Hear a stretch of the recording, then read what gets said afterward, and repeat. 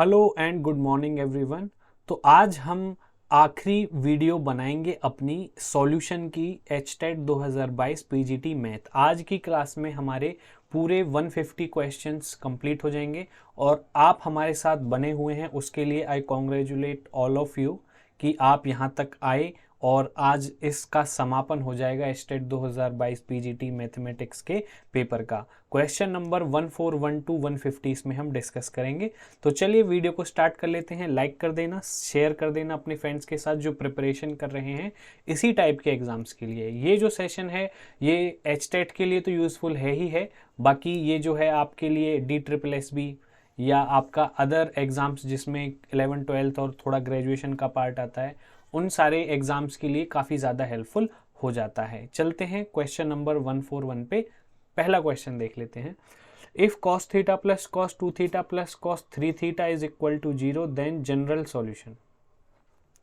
यहाँ पे देखो जो जनरल सॉल्यूशन है ना, इसका मतलब क्या है ये समझना पड़ेगा हमें। जो इसने बोला है ना जनरल सॉल्यूशन, जनरल सॉल्यूशन का जी यहाँ पे मतलब है कि ये थीटा की वैल्यू पूछ रहा है आपसे। जनरल सॉल्यूशन का जो मतलब है ना, इस क्वेश्चन में थीटा की वैल्यू पूछ रहा है। तो अब मैं क्या करूंगा, देखो जैसे ही मैं क्वेश्चन देखूंगा ना उसमें कॉस कॉस कॉस दिख रहा है, तो कॉस का ही कोई फॉर्मूला लगाऊंगा मैं इसमें। अब मैं क्या करूंगा, जहां पे ऑड थीटा है ना, देखो वन थीटा ऑड है, 3 थीटा ऑड है, इन दोनों में कॉस सी प्लस डी का फॉर्मूला लगा दूंगा या cos A plus cos B का फॉर्मूला लगा दूंगा। तो देखो फॉर्मूला जो मैं यूज करूंगा वो रहेगा मेरा cos A plus cos B. क्या फॉर्मूला होता है इसका? Twice of cos A plus B by 2 और multiply by cos A minus B by 2। ये फॉर्मूला मैं लगाऊंगा इसमें और इसमें। जब मैं ये फॉर्मूला लगाऊंगा तो ये हो जाएगा मेरा क्वेश्चन जो बन जाएगा, ये बन जाएगा cos twice of cos theta plus 3 theta 4 theta by 2 multiply cos 3 theta minus 1 2 theta by 2 और जो कॉस 2 थीटा है वो एज इट इज ही रहेगा।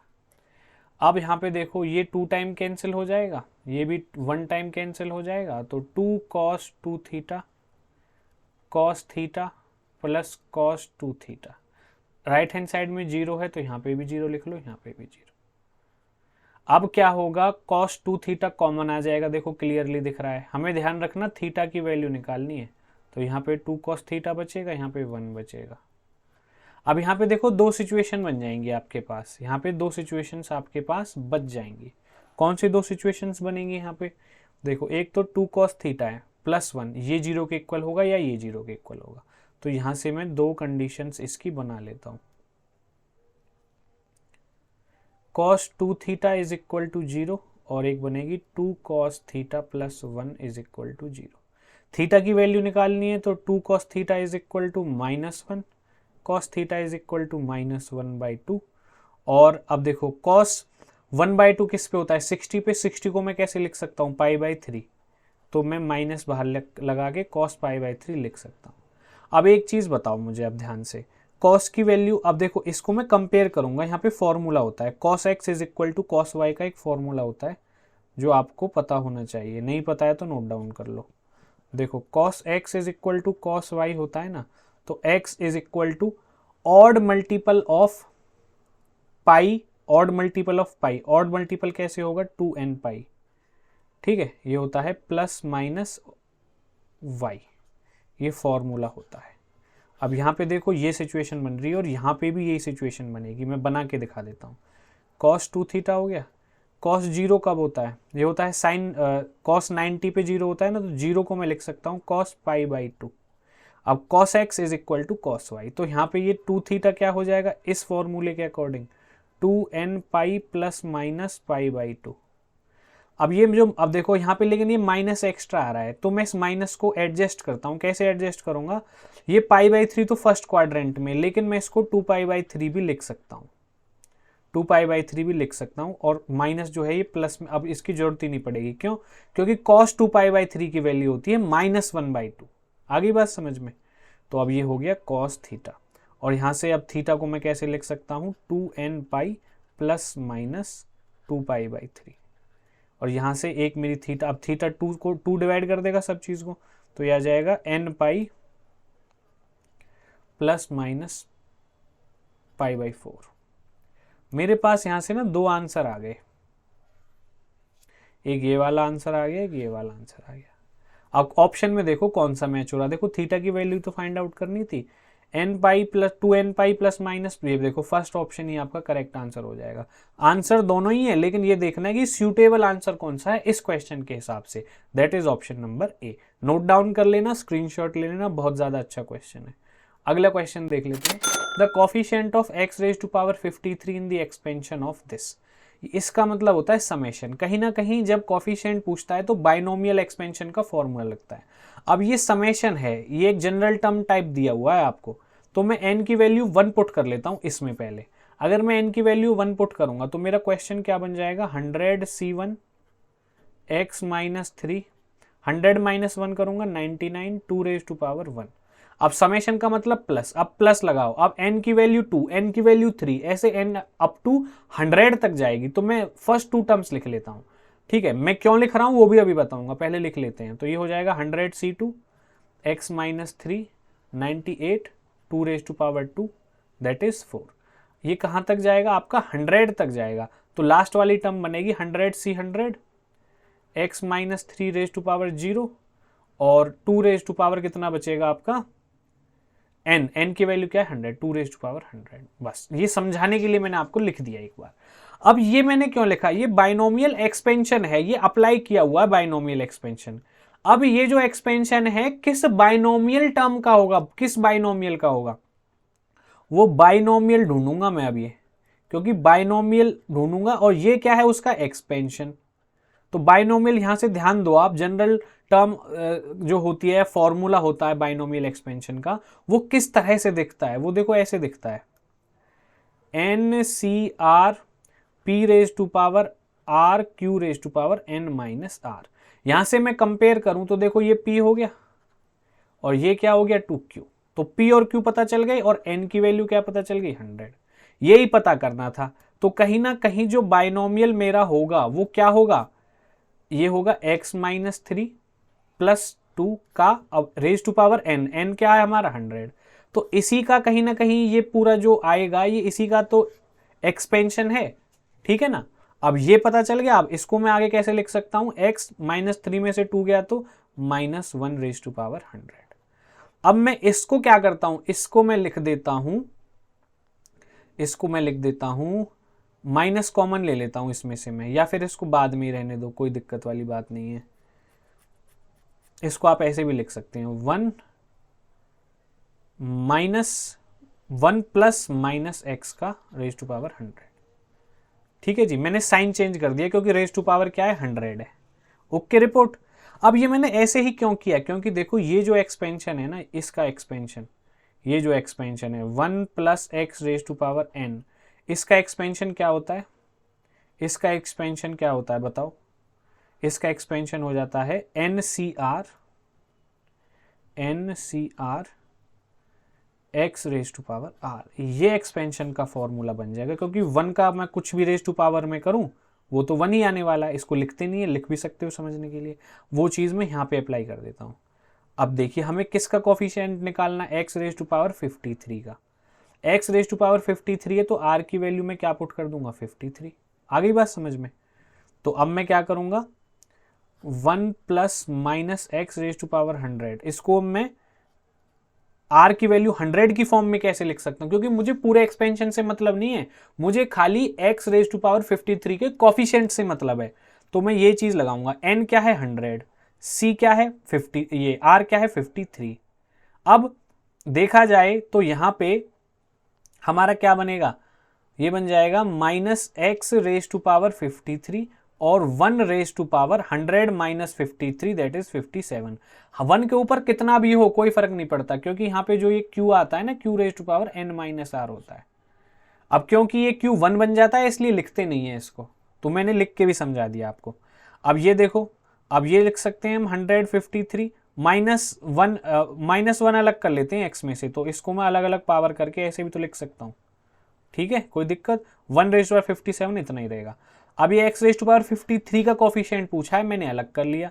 Minus 1 raise to power odd है तो माइनस आ जाएगा सामने, तो माइनस 100, ये C3 है, 100 C53 ये क्या बन गया मेरा, जो मल्टीप्लाई में है x⁻53 के, और इसी का ये क्या बन गया मेरा, कॉफिशिएंट बन गया। जो मल्टीप्लाई में होता है वही तो कॉफिशिएंट होता है, तो ये मेरा क्या बन गया अब, कॉफिशिएंट।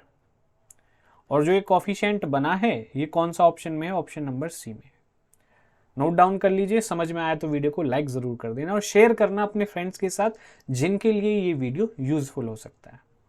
अगला क्वेश्चन देख लेते हैं। देखो यहाँ पे सिंपल क्वेश्चन है, ये एक्स एन मतलब एक जनरल टाइप टर्म दी हुई है, एन मतलब एन की वैल्यूज पुट करके हम x1 x2 x3 find out कर सकते हैं। हमें फाइंड आउट क्या करना है, x1 multiply by x2 multiply by x3 plus गलती से लगा दिया, ये मल्टीप्लाई है और ये कहाँ तक है मल्टीप्लाई, इन्फिनिटी तक, और इसका मुझे आंसर बताना है। तो सबसे पहले x1 x2 x3 तो निकालूं, तभी तो मैं ये सीरीज बना पाऊंगा, और सीरीज बनाने के बाद देखूंगा कि कैसी सीरीज बनी है और उसका सम कैसे निकालना है। इसमें जीपी बनेगी, मैं आपको पहले बता देता हूं। चलते हैं आगे। मैंने क्योंकि किए हुए हैं ये क्वेश्चन, तो एक्सपीरियंस के साथ जब आप प्रैक्टिस करेंगे तो ये चीज आपको समझ में आ जाएगी। अब देखो x1 x2 x3 है, तो x1 कैसे निकालूंगा, x1 सीधी सी बात है भाई, xn है मतलब x की पावर n की जगह 1 पुट कर दो, तो ये क्या बन जाएगा अब आपका, cos pi by 2 plus iota sine pi by 2। अब ये किसका फॉर्मूला होता है, ये होता है जी e⁻i पाई बाई 2। फॉर्मूला कौन सा लिखा वो भी लिख देता हूं मैं, cos theta plus iota sine theta equal to होता है e⁻i थीटा के। ये फॉर्मूला यूज किया यहां पर।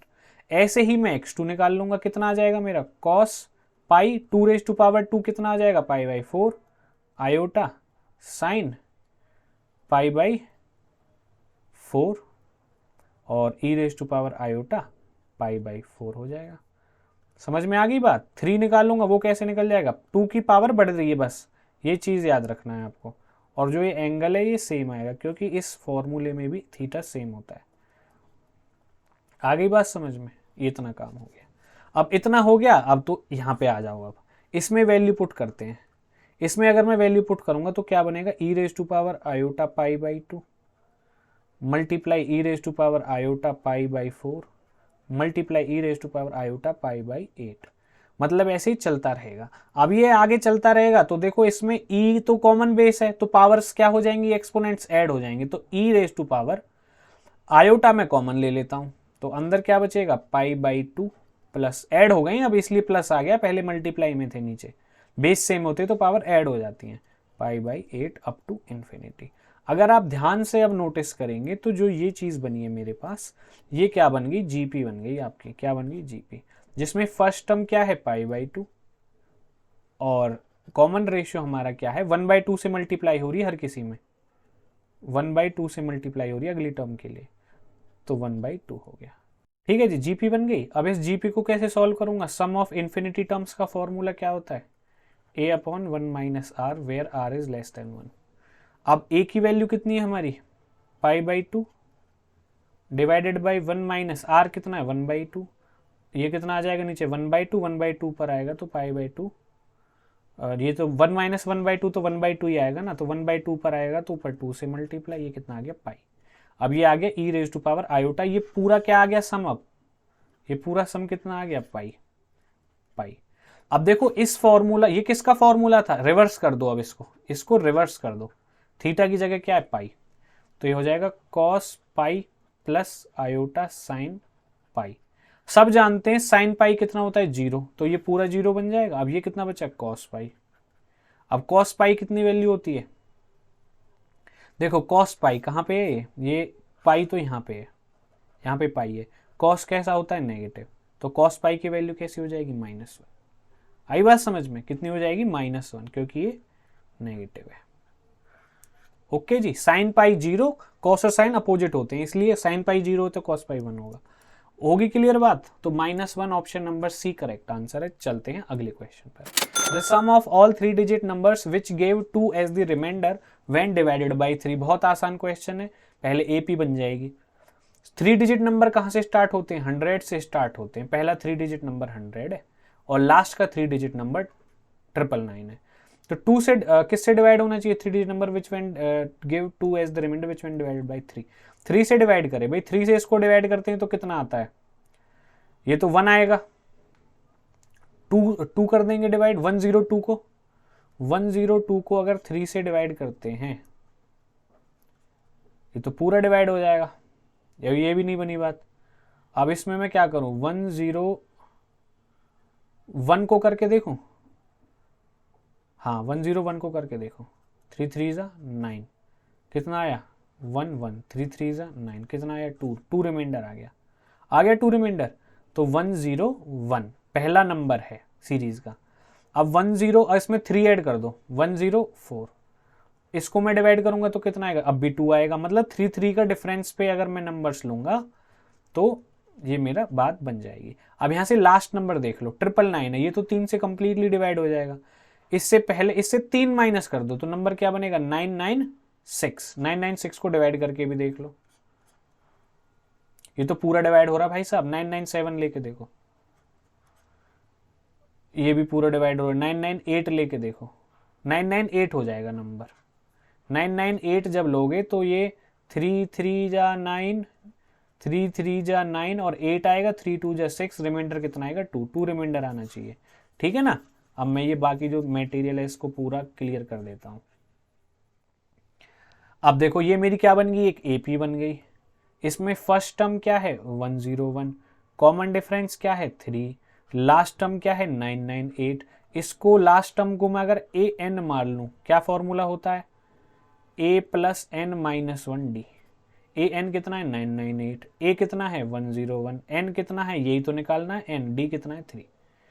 अब इसमें 101 को लेफ्ट हैंड साइड में मैं ले आऊं तो ये कितना बन जाएगा? 898। 898 में एक और माइनस कर दो, 897, और 3 से इसको डिवाइड कर दो। ठीक है जी। और यहाँ पे ये आ जाएगा आपका n-1। ये कितने टाइम चल जाएगा? 3 2 जा 6, 2 3 9 जा 7, 2 3 9 जा, ये हो जाएगा 300। n की वैल्यू कितनी होगी? 300, क्योंकि n इधर जाके प्लस में हो जाएगा। अब n पता चल गया। अब मैं क्या निकाल दूंगा? सम ही तो पूछा है, the sum of all 3 digit. Sum का फॉर्मूला होता है SN is equal to n/2 a plus L. L last term होती है, जब लास्ट टर्म पता होती है तो ये फॉर्मूला यूज करते हो। नंबर ऑफ टर्म्स मैंने अभी निकाल ली, तो सम लगा दो। n की value 300 divide by 2 multiplied by a क्या है? 101, और लास्ट टर्म क्या है? 998। ये कितना हो गया? 150। 150 इन दोनों को प्लस करेंगे तो कितना आएगा मल्टीप्लाई में? 8 और 9, ये 9 और ये 9 प्लस 1 10, 109।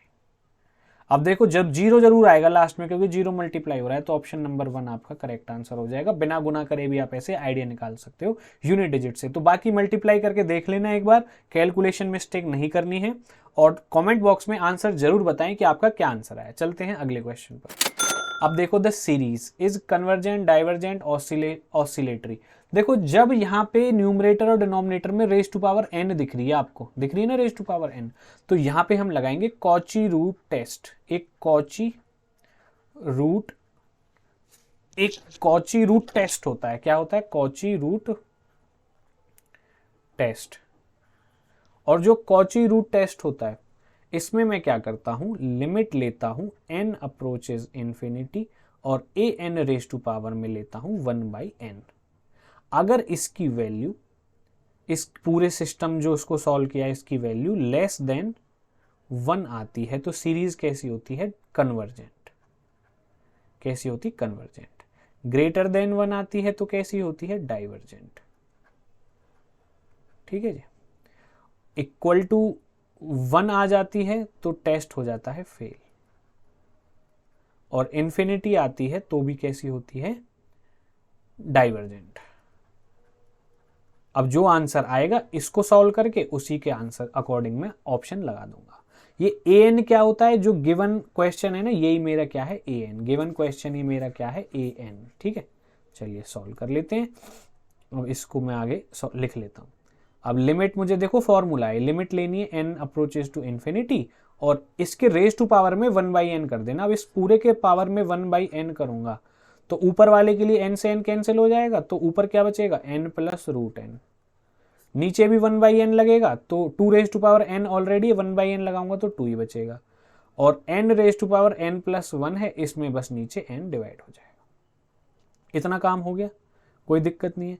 अब देखो यहाँ से 2 है, ये तो कांस्टेंट है तो मैं इसको बाहर लिख लेता हूँ पहले ही। तो limit n approaches to infinity. अब यहाँ पे बचा n+√n। अब देखो ये जो चीज़ है इसको मैं कैसे लिख सकता हूँ, n raise to power n+1/n को मैं लिख सकता हूँ 1+1/n, और इसको मैं कैसे लिख सकता हूँ n into n raise to power 1/n, क्योंकि बेस सेम होते तो पावर ऐड हो जाती है। तो अब ये मेरा क्वेश्चन बन गया n+√n divided by n into n raise to power 1/n।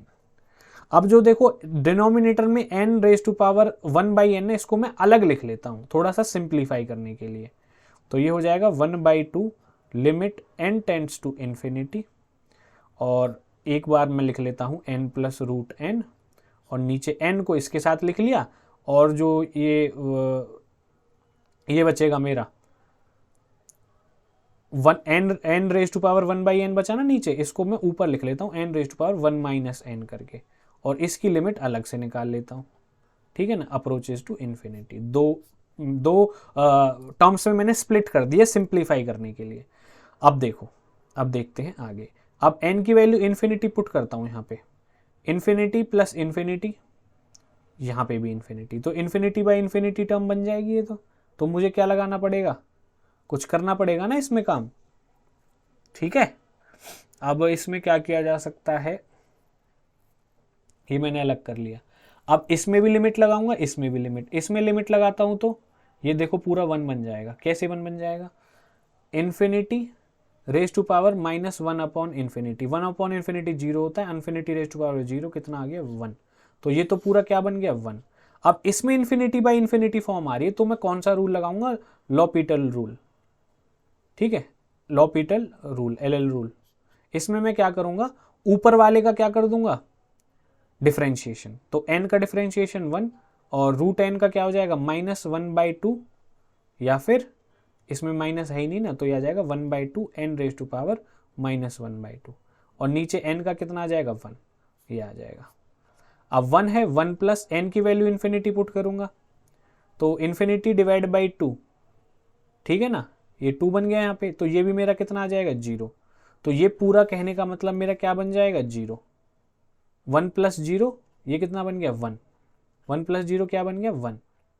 अब ये पूरा 1 बन गया, ये पूरा 1 बन गया, तो मेरे पास क्या बचा 1/2 मल्टीप्लाई बाई 1 मल्टीप्लाई बाई 1, कितना आ जाएगा 1/2, और 1/2 कैसा है, लेस देन 1। तो आंसर क्या होगा, कन्वर्जेंट। क्या हो जाएगा, कन्वर्जेंट। हो गया, क्लियर हो गया क्वेश्चन। वीडियो को पॉज करके नोट डाउन करना, चलते हैं आगे। The sum of the slopes of the line represented. देखो, जब एक इक्वेशन से एक से ज्यादा लाइन रिप्रेजेंट होती हैं, तो उस इक्वेशन को equation of pair of straight line बोलते हैं। उसकी जनरल इक्वेशन क्या होती है, वो होती है, ये होती है आपकी ax² + 2hxy + b² = 0। ये जनरल इक्वेशन होती है। अब इस जनरल इक्वेशन को गिवन इक्वेशन से अगर मैं कंपेयर करता हूं, तो मेरे पास a की वैल्यू कितनी आ जाती है 4, आगे बात समझ में, और b की वैल्यू यहां से कितनी आ जाएगी, by² है, ये by² है। ठीक है,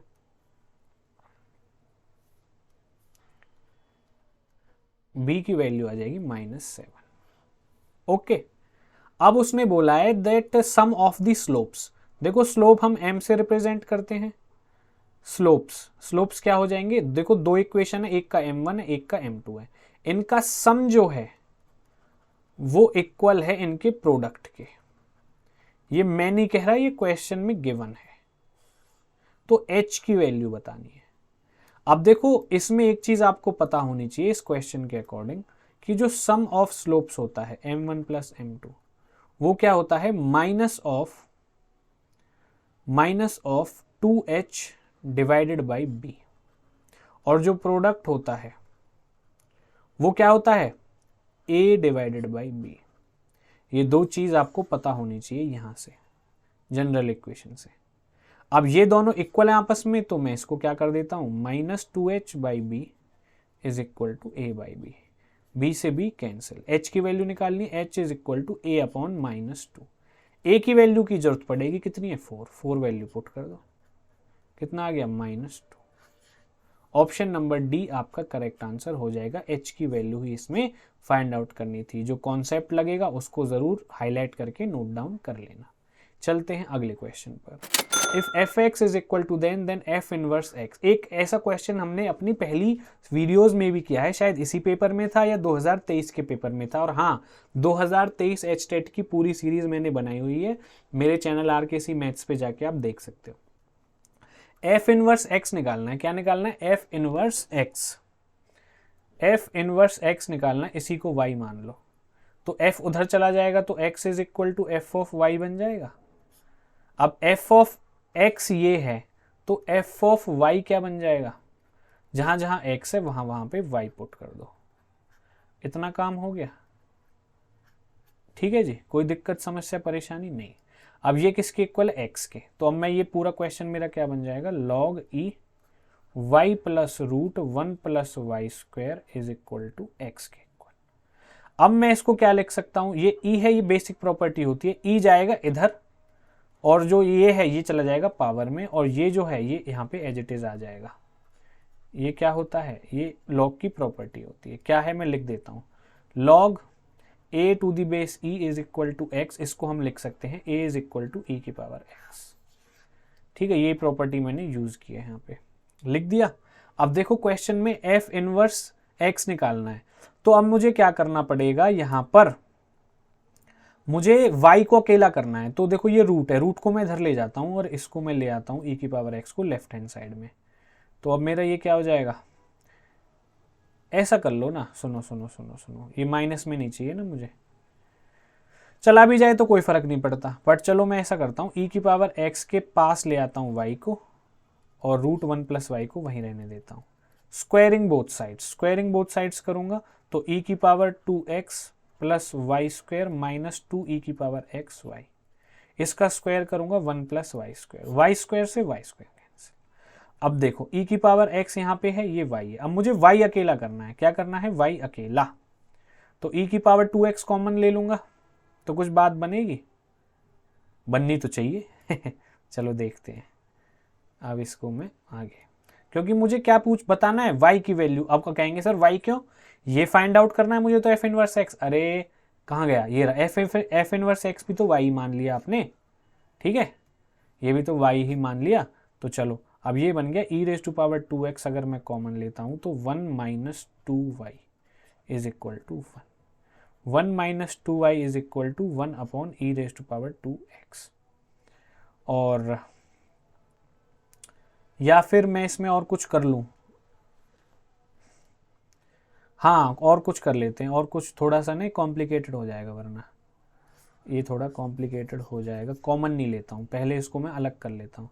ये हो गया e की पावर 2x माइनस 2e की power x y is equal to 1। अब मैं क्या करता हूँ, इसको ले जाता हूँ इधर और इस 1 को ले आता हूँ इधर। तो e की power 2x minus 1 is equal to 2e की पावर x y। अब ठीक है, अब मुझे कुछ नहीं करना, y की वैल्यू 2e की पावर x से डिवाइड कर दो। यहाँ पे e की power 2x minus 1 divided by 2e की power x is equal to y। अब इसको सॉल्व कर लेते हैं। 2e की पावर 2x डिवाइड करेंगे तो कितना आ जाएगा? पे देखो 1/2 को अलग कर लो पहले। e की पावर x से डिवाइड करेंगे कितना आ जाएगा? 1 माइनस e की पावर x। इतनी आ गई बात समझ में?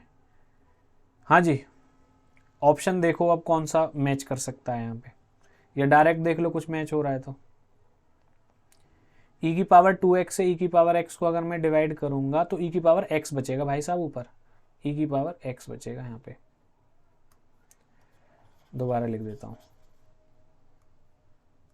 इसको मैं डिवाइड करूंगा तो ऊपर बचेगा e की पावर x और नीचे 2 रह जाएगा। ठीक है ना, और इससे मैं डिवाइड करूंगा तो माइनस है, e की पावर x नीचे आएगा, मैं ऊपर भी तो लिख सकता हूँ पावर माइनस करके, नीचे आ गया 2। अब मैं इसको कंबाइन करूंगा तो e की पावर x माइनस e की power minus x divide by 2। कौन सा ऑप्शन मैच हो रहा है? Option number A. अब आप कहेंगे सर ये क्यों ऊपर ले गए, क्यों नीचे आ गए? भाई साहब आंसर मैच करना पड़ता है। मैंने मैथ्स में ये चीज़ ऑब्जर्व करी है, देखो हो तो बहुत कुछ सकता है लेकिन हमें वो करना है जो रिक्वायर्ड है। तो चीज़ों को मिलाना पड़ता है, मैच करना पड़ता है। जैसे ऑप्शन है, इसमें से 4 में से एक मैच करना है आपको। तो मैंने इसलिए जो यहाँ पे ई आ रहा था, देखो यहाँ पे हुआ क्या है, ई की पावर 2x है डिवाइडेड बाई 2 ई की पावर x है माइनस 1 2 ई की पावर x है। इस ई की पावर x को ऊपर ले गया तो ई की पावर माइनस x बन गया, नीचे 2 है। यहाँ पे ई की पावर x है तो ई की पावर 2x क्या होता है, ई की power x multiply by E की पावर x, एक ई की पावर x से एक ई की पावर x कैंसिल, ऊपर क्या बचेगा, ई की power x divide by 2। Base same है तो अब इनको हम ऐड कर देंगे। ये हुआ है यहाँ पे जो मैंने किया है। तो करना पड़ता है वरना ऑप्शन तो मैच ही नहीं होता। यहाँ पे ऑप्शन नंबर ए आपका करेक्ट आंसर हो जाएगा। चलते हैं अगले क्वेश्चन। ये देखो, A and B are elements of a abelian group and order of A, यहाँ पे देखो ऑर्डर है, order of A is equal to M, order of B is equal to N. आपको order of A into B पूछा है ना, तो simple एक बेसिक कॉन्सेप्ट है, ये होता है LCM of order of A comma order of B. अब एलसीएम ले लेंगे, ऑर्डर ऑफ ए क्या है m, ऑर्डर ऑफ बी क्या है n, तो LCM of m and n आ जाएगा order of A multiply by B.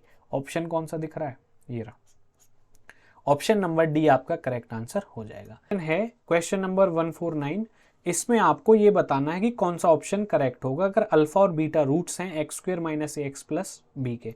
देखो ये क्वेश्चन मैं आपको होमवर्क के लिए दे रहा हूँ, आप खुद से ट्राई करें, रिसर्च करें क्या आंसर आएगा, और मुझे इसका आंसर आप कमेंट बॉक्स में ज़रूर कमेंट करके बताएं। ठीक है जी, चलते हैं आगे। The length of the common chord of the circle x minus A square plus y square plus c square and x square plus y minus b square. देखो यहाँ पे ना एक चीज़ है, क्वेश्चन को पहले थोड़ा सा आपको समझना होगा। ये देखो एक ये सर्कल बन गया, अब इसके कॉमन कॉर्ड मतलब ये जो कॉर्ड बनेगा इसका कॉमन कॉर्ड ए बी, इसकी लेंथ बतानी है। ये इसका सेंटर मान लो O है, ये इसका सेंटर मान लो O डैश है।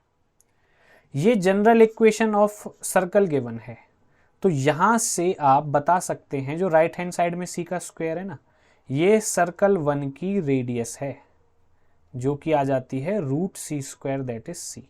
सर्कल 2 की रेडियस कितनी आ जाएगी, रूट, यहाँ पे भी देखो ये भी सी स्क्वायर है तो ये भी सी आ जाएगी। तो ये यहाँ से और यहाँ तक की जो ये रेडियस है ये भी सी, मतलब कहने का कुल मिला के दोनों की रेडियस सी है। दोनों की रेडियस क्या है, बराबर, दोनों सर्कल्स की, दोनों सर्कल की रेडियस बराबर है, तो ये हमारा क्या हो जाएगा, मिड पॉइंट। क्या हो जाएगा, मिड पॉइंट। ये तभी पॉसिबल होता है इस सिचुएशन में जब दोनों सर्कल जिनका कॉमन कॉर्ड हम निकाल रहे हैं उन दोनों सर्कल की रेडियस सेम हो। आगे बात समझ में। अब यहां से मैं इसको मैच करूं तो ये भी तो रेडियस है, ये भी सी हो जाएगी। आगे बात समझ में।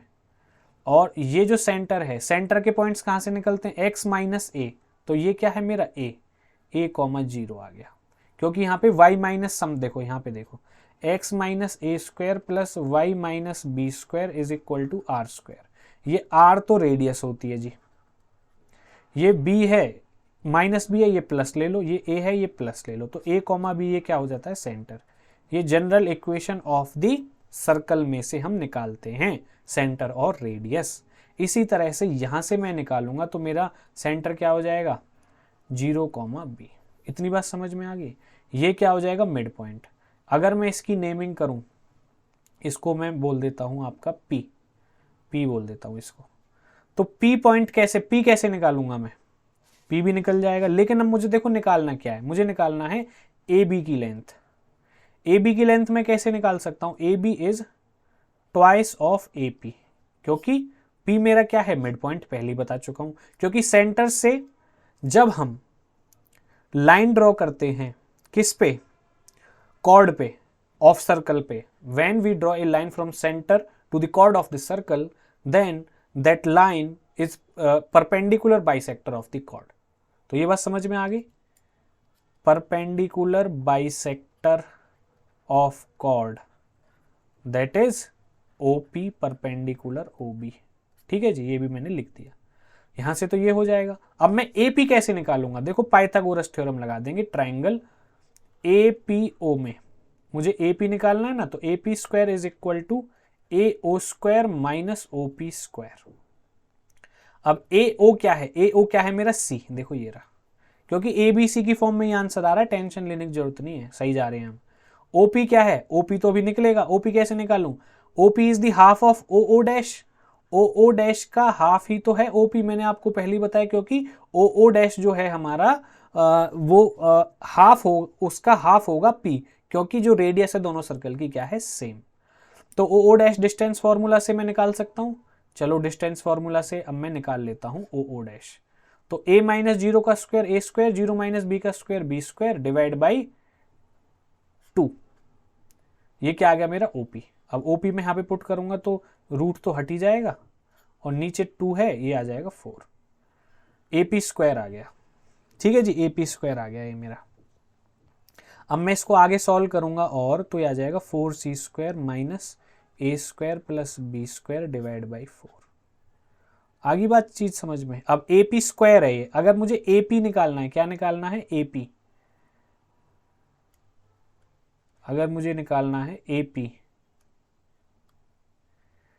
एपी स्क्वायर है ना ये, तो AP square is equal to 4c square minus A square plus B square. देखो रूट में आंसर है सब जगह, क्वेश्चन में ये देखते रहना क्या दिया है और कहां जाना है। तो रूट जब राइट हैंड साइड में जाएगा, ये डिवाइड बाई 4 है, तो नीचे तो क्या बन जाएगा हमारा 2, और ऊपर आ जाएगा रूट 4c स्क्वायर माइनस ए स्क्वायर प्लस बी स्क्वायर। अब आप कहेंगे सर ये तो आंसर ही नहीं है। अरे भाई साहब ध्यान से देखो, एपी है ये क्या है एपी, हमें क्या निकालना है एबी। एबी कितना है, कहाँ गया कहाँ गया कहाँ गया, ये रहा, एबी कितना है ट्वाइस ऑफ एपी, तो एबी निकालेंगे ट्वाइस ऑफ एपी से। एपी में 2 मल्टीप्लाई कर दूंगा अगर मैं, तो मेरा क्या बन जाएगा, यहाँ पे जगह नहीं है, यहाँ पे मल्टीप्लाई कर लेता हूँ। चलो ए बी निकालने के लिए मैं 2 मल्टीप्लाई कर लेता हूँ रूट 4c स्क्वायर माइनस ए स्क्वायर प्लस बी स्क्वायर में, 2 से 2 कैंसिल, कितना आंसर आ जाएगा भाई साहब, यह जाएगा 4c स्क्वायर माइनस ए स्क्वायर प्लस बी स्क्वायर। कौन सा ऑप्शन मैच हो रहा है, माइनस ए square plus B square, minus है, ये भी दोनों माइनस हो जाएंगे फिर, है ना, ये भी माइनस होगा, ये भी क्योंकि माइनस है ना, ये भी माइनस होगा, ये भी माइनस होगा, ये भी माइनस होगा। तो मेरा कौन सा आंसर हो जाएगा करेक्ट, ये मैं हटा ही देता हूँ,